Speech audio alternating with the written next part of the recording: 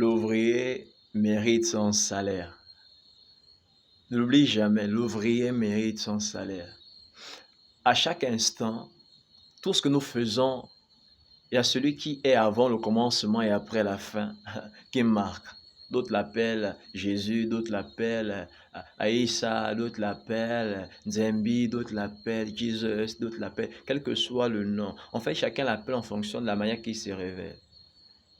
Mais lui-même, quand il est venu prendre l'apparence de l'homme, Dieu, qui quitte son trône pour venir rétablir ce que le premier homme avait abandonné encore, avait laissé passer. Ouais. Il est venu, il a dit le nom de Jésus. Tout ce que nous faisons, il marque. L'ouvrier mérite son salaire. Tu sais, fais toutes choses alors que tu es sur cette terre de vivant. En fait, tu es à bord pour réaliser qui tu es. Facilement, à cause de réalité, on laisse ces réalités mettre un nom sur notre vie. Dieu ne nous voit pas d'abord comme des simples hommes, non. Nous sommes des esprits venus sur la terre pour le révéler. Genèse 1, 26 dit, puis Dieu dit, faisons l'homme à notre image. En fait, Dieu sait, quand il te voit, que tu es son image. Mais malheureusement, parce qu'on regarde la société, les réalités, on regarde ce que le prince de l'air fait, on commence à se conformer à ce que le prince de l'air fait facilement parce qu'on voit X faire. En fait, il y a d'autres qui sont influencés. Par qui? Soit influencés par l'auteur de la création. Parce que quand tu seras influencé par celui qui t'a appelé sur cette terre, facilement, tu seras où tu pars. En fait, tu marcheras par son esprit. Mais lorsque tu te laisses influencer par l'endroit, par l'environnement, par le prince de l'air, parce que le diable est en train d'agir, le prince de l'air agit. Il agit pour amener plusieurs avec lui, car il sait qu'il reste peu de temps. Le diable sait qu'il reste peu de temps. Où que tu sois, qui que tu sois, le diable sait qu'il reste peu de temps. Il est venu, il est venu séduire le premier homme.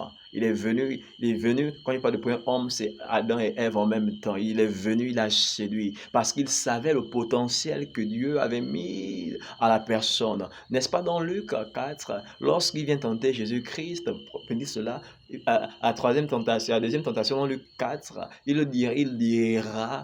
il montrera au grand Jésus-Christ le royaume de la terre. Il dit, si tu te prosternes et m'adores, je te donnerai cela, car cela m'a été donné. Qui lui avait donné ça? Autre, alors que, premièrement, Dieu avait remis toutes choses entre les mains de l'homme, donc de Ève et d'Adam, pour qu'il domine. Mais lorsqu'ils ont échoué par le péché, alors le diable est venu comme récupérer. Qu'est-ce qui se passe avec Christ? Cette gloire que Dieu nous avait donnée dans le jardin d'Éden pour dominer, c'est rendu possible. Alors, qu'est-ce que le prince de l'air fait? Il sait qui tu es en Christ, ou alors qu'est-ce que tu as? Qu'est-ce qu'il fait? Il veut comme te proposer ce que tu as, mais au risque de ton salut. Ce que tu as, mais au risque de ton âme. Dans ces temps de la fin, ne cherchons pas à œuvrer comme les autres, mais acceptons d'œuvrer selon que celui qui nous a envoyé sur terre nous a donné. Quel est le programme qu'il a mis en toi? Tu n'es pas qu'un simple homme. Qui t'a mis dans une boîte? Qui t'a mis dans un bocal? Christ t'a rendu libre. Alors comprends que tu es libre en Christ. Tu as la possibilité de te mouvoir. Il t'attend. Il veut que tu te révèles. Que tu le révèles, que tu le révèles. Est-ce que tu peux commencer à révéler Christ, Saint-Esprit? Merci parce que tu le fais. Tu le fais dans les vies. Je prie que toi, ceux qui t'élèvent pleinement, comme c'était dans la fin, d'amener des vies qui soient ce parfum, quel que soit l'endroit.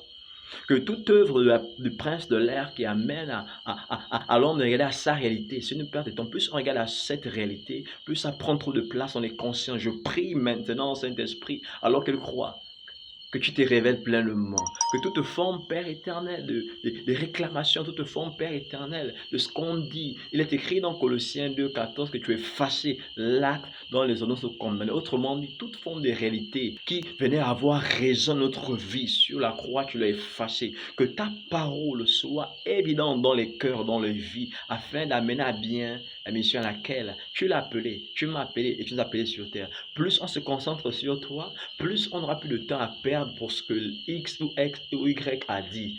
Plus on te lèvera simplement et on accomplira à bien la mission à laquelle tu nous as assignés. Nous sommes des pèlerins, autrement dit des voyageurs. Alors apprends-nous et rends-nous dignes de toi dans ce temps de la fin. Regarde, Jésus-Christ revient.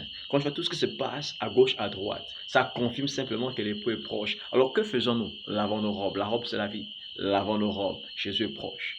Tout ce que nous faisons, il marque, il marque.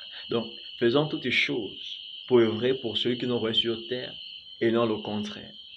Concentrons-nous sur lui, car l'époux est proche. Jésus est proche. Shalom.